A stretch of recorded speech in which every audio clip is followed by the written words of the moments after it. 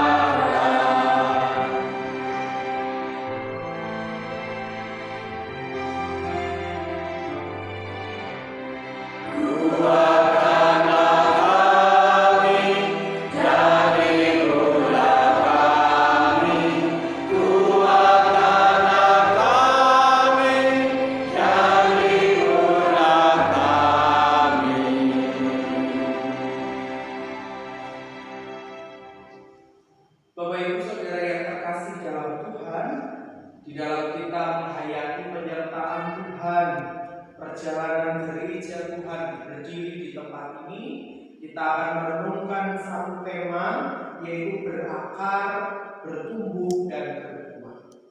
Berakar, bertumbuh, dan berbuah. Di dalam bacaan kita hari ini, di dalam Injil Matius 13 ayat 18 sampai 27, di situ ada 3 kata kerja yang muncul seperti yang saya ungkapkan yang menjadi tema perenungan kita hari ini, berakar, bertumbuh, dan berbuah. Tuhan Yesus menggunakan perumpamaan yang dipahami oleh masyarakat yang mendengarkan cerita, menggunakan istilah-istilah pertanian. Yang pertama adalah berakar. Akar merupakan bagian tanaman yang sangat penting, bagian pohon yang terletak paling bawah dan tidak kelihatan. Namun ini yang menjadi penting, yang tidak kelihatan justru yang paling penting. Karena apa? Akar ini bertujuan untuk mencari sumber makanan. Jika akarnya ini tidak baik, busuk, maka matilah tanaman tersebut. Jika dia akar ini tertancap dengan baik, terus kemudian menemukan sumber makanan, maka dia akan bertumbuh dan berbuah. Nah, inilah penggambaran gereja Tuhan yang anak-anak Tuhan yang diinginkan oleh Tuhan Yesus, bahwa berakar ibarat fondasi di dalam kita bergereja. Memiliki akar yang kuat berarti dia telah menemukan sumber yang tepat. Nah, kalau gereja ini adalah kulawan panjenengan semua. Orang-orang yang percaya pada Kristus disebut sebagai gereja. Gereja adalah persekutuan orang-orang percaya yang dipanggil keluar dari dosa menuju kepada keselamatan. Nah, kita inilah gereja. Nah, gereja ini ketika dia berakar, maka dia memiliki fondasi yang kuat. Bangunan gereja ketika fondasinya kuat, maka kuat pula menghadapi segala tantangan. Jadi memiliki akar yang kuat berarti kehidupannya intim dengan Tuhan. Hidupnya itu bergantung sepenuhnya kepada Tuhan, bukan bergantung kepada yang lain, sehingga tidak mudah goyah. Seperti akar tanaman tadi, ketika dia semakin mencengkeram erat, badai apapun menerjang kehidupannya tidak dapat tumbang. Demikian juga dengan gereja kita semua yang menjadi orang-orang percaya. Ketika kita berakar yang kuat, berarti hidup kita intim dengan Tuhan. Nek basa Jawa menika sumede, pasrah sumarah dan Gusti. Itulah yang disebut kehidupan kita berakar di dalam Tuhan. Iman itu tidak kelihatan seperti akar, tetapi ini yang menentukan kehidupan kita. Benih yang ditabur atau jatuh di tanah yang berbatu-batu adalah orang-orang yang menerima firman dengan gembira, tetapi tidak berakar. Jadi sudah mendengar firman tapi tidak dilakukan. Dia tidak berakar kepadanya sehingga kehidupannya tidak bertumbuh dan tidak menghasilkan buah. Iman bagi gereja, bagi kita semua adalah sumber kekuatan. Nah, bagaimana gereja bisa bertahan? Saya percaya 56 tahun Kepandang Wates ini bisa bertahan ya karena iman.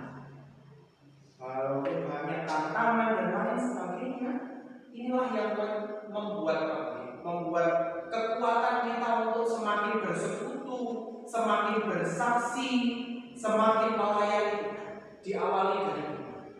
Nah, bagaimana mengecek kehidupan ini? Yang dilihat dari eksis tidaknya kehidupan persekutuan di dalam gereja. Masih bersaksi tidak? Masih berpelayanan tidak? Nah, disitulah letak iman dan kebergantungan sepenuhnya kepada Tuhan. Itulah yang menjadikan kita berakar. Yang kedua adalah bertumbuh. Akar yang sehat, Bapak Ibu, dan kuat akan menghasilkan pertumbuhan yang baik. Jika akarnya sudah menemukan sumber makanan, maka pertumbuhan akan terjadi. Daun-daun bersemi, batang pohon akan semakin membesar dan lain sebagainya. Gereja Tuhan pun juga harus bertumbuh dalam pengenalan pada Kristus, pada firman Tuhan.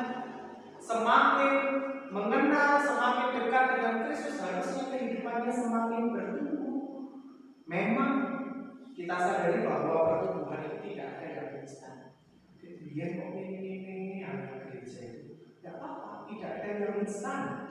Tetapi pertumbuhan harus terjadi ketika kita berakar dengan Tuhan. Bagian berikutnya, benih yang ditabur di pinggir jalan adalah orang yang mendengar firman tetapi tidak masuk ke dalam hatinya sehingga iblis merampas. Nah, pertumbuhan ini diibaratkan juga benih yang ditabur di pinggir jalan. Kebanyakan kita juga sama. Seringkali kita menganggap bahwa firman itu tidak penting, ya wis lah, yang penting di rumah saja. Tetapi itu tidak melekat dalam kehidupan kita sehingga tidak kita lakukan, tidak kita percaya. Saya mengerti Tuhan itu Maha Kuasa. Tetapi ketika tantangan kehidupan ada dalam kehidupan itu tidak kita praktekkan. Wis ngomong khotbah wis cilik, wis maos kitab suci wis cilik, mengerti akan keberadaan kekuasaan Tuhan. Kita hanya sebatas tahu, tetapi tidak mau melakukan. Mari bertumbuh. Sekarang pertanyaannya adalah derek Gusti filosofi. Nah, seperti anak-anak misalnya, ketika anak masih balita senang, lucu sekali ketika dia minta makan disuapin, terus kemudian digendong dan dipegang. Tetapi akan gilani ada di Bapak Ibu. Nek anak wis umur 21 digendong, didulang, terus diputar. Kan lucu, tidak bertumbuh apa dilayani. Nah itu tidak baik sama sekali. Demikian juga dengan kehidupan beriman, harusnya sama bertumbuh. Nah, saya sudah 56 tahun gereja kita di tempat ini, harusnya bertumbuh, dewasa, tidak lagi hanya mengharapkan bahwa Tuhan akan mengasihi saya dengan saya menerima saja, tetapi bagaimana saya melaksanakan panggilan Tuhan untuk melayani dan lain sebagainya. Itu bertumbuh. Berbeda anak-anak dengan orang dewasa. Ketika bertumbuh, dia punya inisiatif, dia punya kepekaan. Ketika datang pertemuan, tidak masalah. Saya sudah dewasa, saya sudah bisa melakukan banyak hal karena Tuhan telah menolong saya. Itu bertumbuh. Yang ketiga adalah berbuah. Berbuah ini adalah akibat dari akar yang baik. Akar yang baik, pertumbuhan yang baik. Nah, ketika akarnya baik, pertumbuhannya baik, harus menghasilkan buah. Percuma akar baik, terus kemudian bertumbuh tetapi tidak berbuah.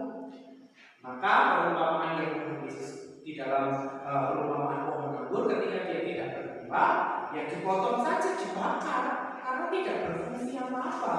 Begitu. Akar yang kuat tentunya memberi pertumbuhan sehingga menghasilkan buah yang berkualitas. Nah, mereka inilah ibarat benih yang ditabur di tanah yang baik. Mereka mendengar firman, mengerti sehingga berbuah lebat. Mereka ini menjadikan firman sebagai dasar kehidupan sehingga berbuah pada waktu yang tepat. Bapak Ibu, buah itu berbicara tentang apa yang kita perbuat, tetapi bukan kita yang menikmati. Jadi gak ono pohon itu mengatakan, makan buahku ini enak. Tidak ada. Tetapi orang lain yang mengambilnya, wah buah ini manis. Jadi sama juga dengan kehidupan kita. Tidak ada orang yang unggul sama dewe. Aku ini lagi, aku ini loh saya membangun gereja ini, aku loh yang ini. Tidak ada yang seperti itu. Harus orang lain yang merasakan buah itu. Jadi kehidupan kita, ketika kita semakin melekat kepada Tuhan, semakin mempercayakan kehidupan kita kepadanya, harusnya kehidupan kita berdampak, dirasakan baik oleh banyak orang. Begitu sehingga berbuah memiliki orang menikmati karya keselamatan melalui kehadiran kita. Melalui kehadiran kita, orang itu adem dan jadi baik. Itu jadi baik. Misalnya, tidak seperti itu. Berbuah yang baik itu adalah kehidupan kita selalu dinantikan orang. Oh, nek jadi wong iki enak. Nah, itulah buah itu. Akhirnya pun kesuruh. Guyon saja. Bahwa ini adalah perumpamaan orang yang mendengar firman Tuhan, kemudian dia melakukan di dalam kehidupannya, buahnya pasti akan dirasakan. Nah, Bapak Ibu Saudara yang terkasih dalam Tuhan, pada hari ini kita bersama-sama menghayati hari ulang tahun. Ini pembangunan gereja gitu ya. Pembangunan gereja di Pepanan Wates yang ke-56 tahun. Kita diajak bersama-sama untuk berakar, bertumbuh dan berbuah. Terkhusus warga Pepanan Wates bertumbuh, berakar, bertumbuh dan berbuah dalam kebersamaan. Agar Bapak Ibu, agar peran kita sebagai penabur benih itu dirasakan oleh banyak orang di sekitar kita, sehingga orang di sekitar kita melihat Tuhan Yesus melalui kehidupan kita, bukan melihat sebuah ketidakbaikan. Jangan pernah berhenti dan puas. Umur 56 ya wis gereja wis apik terus berpuas diri wis itu saja. Jangan. Mari semakin ditingkatkan di dalam pengalaman beribadah. Nek wingi sik sepi ya karena banyak urusan yang monggo ditingkatkan, semakin bersekutu, bersaksi, bukan dodok-dodok itu aja percaya Yesus, tidak percaya gak bakal masuk suatu, tidak. Tetapi bagaimana kehadiran kita berdampak dan berbuah tentunya. Setiap apa yang kita lakukan menghasilkan sesuatu yang baik, mari Bapak Ibu, dan khusus Pak dan Nakes, berakar, bertumbuh dan berkembang. Jadi perjalanan gereja di tempat ini benar-benar juga bertumbuh. 56 kalau diibaratkan manusia itu orang taruh banyak. Jadi ya lagi aktif-aktifnya begitu, lagi sudah mau memasuki masa purna tugas begitu, jadi orang yang sangat bijaksana. Harapkan juga bahwa gereja di tempat ini semakin bijaksana, semakin berdampak bagi sekelilingnya. Kita percaya bahwa Tuhan yang akan memampukan dan menuntun setiap kehidupan kita.